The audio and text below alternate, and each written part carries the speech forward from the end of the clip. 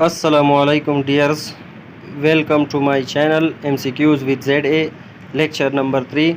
ये हम उसी लेक्चर नंबर 2 को कंटिन्यू कर रहे हैं और इसमें हम उसी लेक्चर से मैंने तकरीबन 40-50 तक MCQs बनाए हैं और तकरीबन वही लेक्चर वाले हैं, कुछ इधर उधर से भी उठाए हैं, पास्ट पेपर से भी उठाए हैं। तो तकरीबन इंशाल्लाह जो ज़्यादा चांसेस हैं पेपर में आने की वो इंशाल्लाह इन्हीं में होंगे। सबसे पहले जो MCQs है, study of bacteria is called bacteriology, यानी बैक्टीरियोलॉजी ब्रांच वो ब्रांच है जिसमें हम बैक्टीरिया की स्टडी करते हैं। दूसरी जो MCQs है वो है father of bacteriology is Antonie van Leeuwenhoek, यानी ये पीछे भी हमने पढ़ा था कि सबसे पहले डिस्कवर भी इसी ने किया था और फिर इसको फादर ऑफ बैक्टीरियोलॉजी भी कहा गया। हाँ, इसने ये बैक्टीरिया का नाम इसे नहीं दिया था, बैक्टीरिया का जो एक्चुअल नेम है ये जो दिया था एरनबर्ग ने, और इसने सिर्फ डिस्कवर किया था और इसने कोई और दूसरा नाम दिया था, इसे इनामोलिस कहा था, यानी बैक्टीरिया का नाम इसने नहीं दिया था। फिर हम कहते हैं कि बैक्टीरिया कहाँ पाए जाते हैं, तो हमने ये कहा पिछले लेक्चर में भी कि bacteria found everywhere except boiled water, यानी बैक्टीरिया हर जगह पाए जाते हैं, सिर्फ और सिर्फ बॉइल्ड वाटर के अलावा ये तकरीबन हमें हर जगह पे मिलेंगी। अब जो इससे आगे वाला MCQs है वो इसके जेनेटिक मटेरियल के बारे में है। जो इसका जेनेटिक मटेरियल है वो सेंटर में बिल्कुल पाया जाता है, यानी जहाँ पे न्यूक्लियस होता है। एक्चुअल न्यूक्लियर मेम्ब्रेन तो नहीं होती, लेकिन ये वहाँ पर प्रेजेंट होता है, तो इसलिए उस रीजन को हम कहते हैं न्यूक्लियाइड। आगे जो MCQs है वो फ्लैजिला के रिलेटेड है। जो बैक्टीरिया में बिल्कुल फ्लैजिला होता ही नहीं है, उन बैक्टीरिया को हम एट्राइकस कहते हैं। जिन बैक्टीरिया में सिंगल फ्लैजिला हो और एक ही एंड पे हो उसे हम मोनोट्राइकस कहते हैं, और जिस बैक्टीरिया में फ्लैजिला टफ्ट की शक्ल में मौजूद हो एक एंड पे तो उसे हम लोफोट्राइकस कहते हैं। इसी तरह अगर दो टफ्ट हों और दोनों एंड पे मौजूद हो तो उसे हम एम्फीट्राइकस कहते हैं। और अगर फ्लैजिलास पूरे सेल को सराउंड कर रहे हों, यानी हर जगह सेल से उभरे हुए हों, तो उसको हम कहते हैं पेरीट्राइकस। उसके बाद है पिली भी फ्लैजिला की तरह एक स्ट्रक्चर है जो पिलिन प्रोटीन का बना हुआ है, लेकिन वो साइज़ में थोड़ा उससे छोटा है, और वो फ्लैजिला लोकोमोशन के लिए यूज़ होता है और पिलिन का लोकोमोशन में कोई रोल नहीं है, बल्कि इसका सिर्फ रोल कंजुगेशन में है, और ये तकरीबन ज़्यादातर ग्राम नेगेटिव बैक्टीरिया में पाए जाते हैं।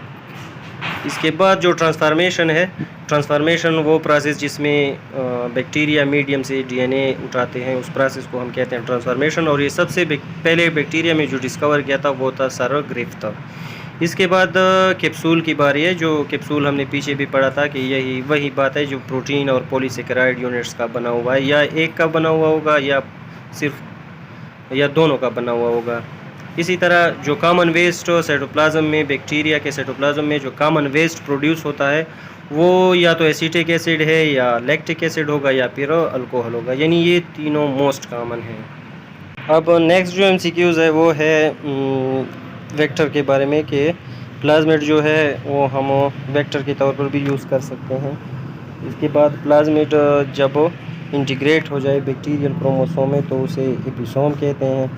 मिजोसोम्स के बारे में पीछे पढ़ा था कि मिजोसोम्स किसे कहते हैं, जब बैक्टीरियल मेम्ब्रेन साइटोप्लाज्म की तरफ इन्विजिनेट हो जाए और स्ट्रक्चर बना ले उसे हम मिजोसोम कहते हैं। और इसका जो फंक्शन है वो DNA रिप्लिकेशन में भी है, रेस्पिरेशन में भी है और सेल डिवीज़न में भी है। इसके बाद है क्रोन गॉल डिजीज़, जो कि एक बैक्टीरिया प्रोड्यूस करती है, उसे हम कहते हैं एग्रोबैक्टीरियम ट्यूमीफेसियंस, यानी ये इसकी वजह से ये डिजीज़ पैदा होती है।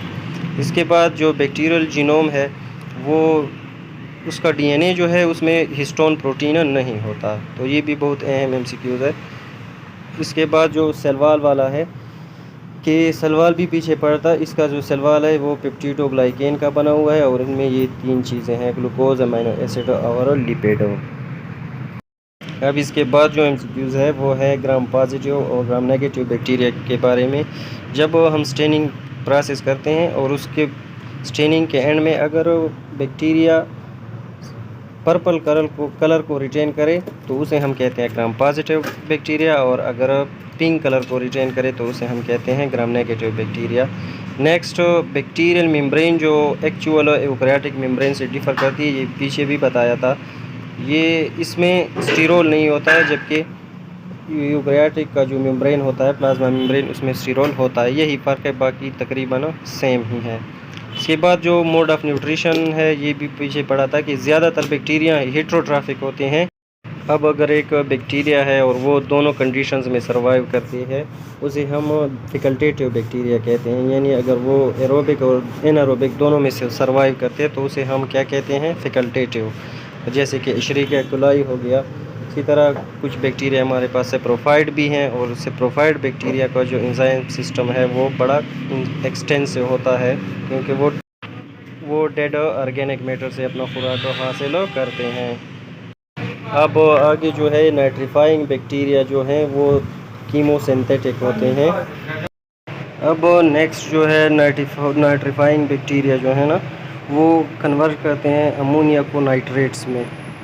और इसके बाद जो लिगोमिनस प्लांट है हमारे पास, जो पी वगैरह, पाइसम सिटायोम लेतायरा सफ़ा का, ये प्लांट्स जो हैं इनमें ये राइजोबियम बैक्टीरिया पाए जाते हैं जो कि नोड्यूल्स बनाते हैं।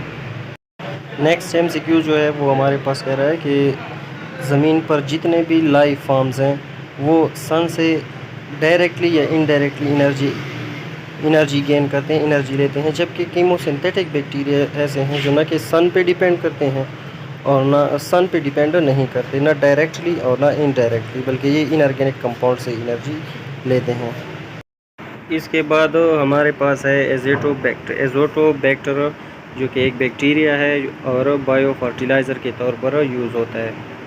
इसी तरह पोटैटो स्कैब जो डिज़ीज़ है वो बैक्टीरिया जो काज करती है उसे कहते हैं स्ट्रिप्टोमाइसिस। और इसके बाद जो है एरविनिया कैरोटोरा, ये जो फंजाई है ये काज करती है सॉफ्ट रॉट ऑफ मैंगो, यानी मैंगो में ये वाली डिज़ीज़ काज करती है। यहाँ तक हमारे MCQs तकरीबन कवर हो गए हैं। तो ये जो MCQs थे, ये मैंने तकरीबन ये लेक्चर और ये MCQs दोनों को मिला के मैंने कई पास्ट पेपर से उठाए थे, और जो टेस्ट हुए थे उनसे मैंने उठाए थे। उम्मीद करता हूँ जो आगे आने वाले टेस्ट हैं बॉटनी के, तो इंशाल्लाह इन्हीं में से जो एक बैक्टीरिया का जो पोर्शन है इंशाल्लाह इन्हीं में से कवर हो जाएगा। और इंशाल्लाह बस यही तक था ये वाला लेक्चर।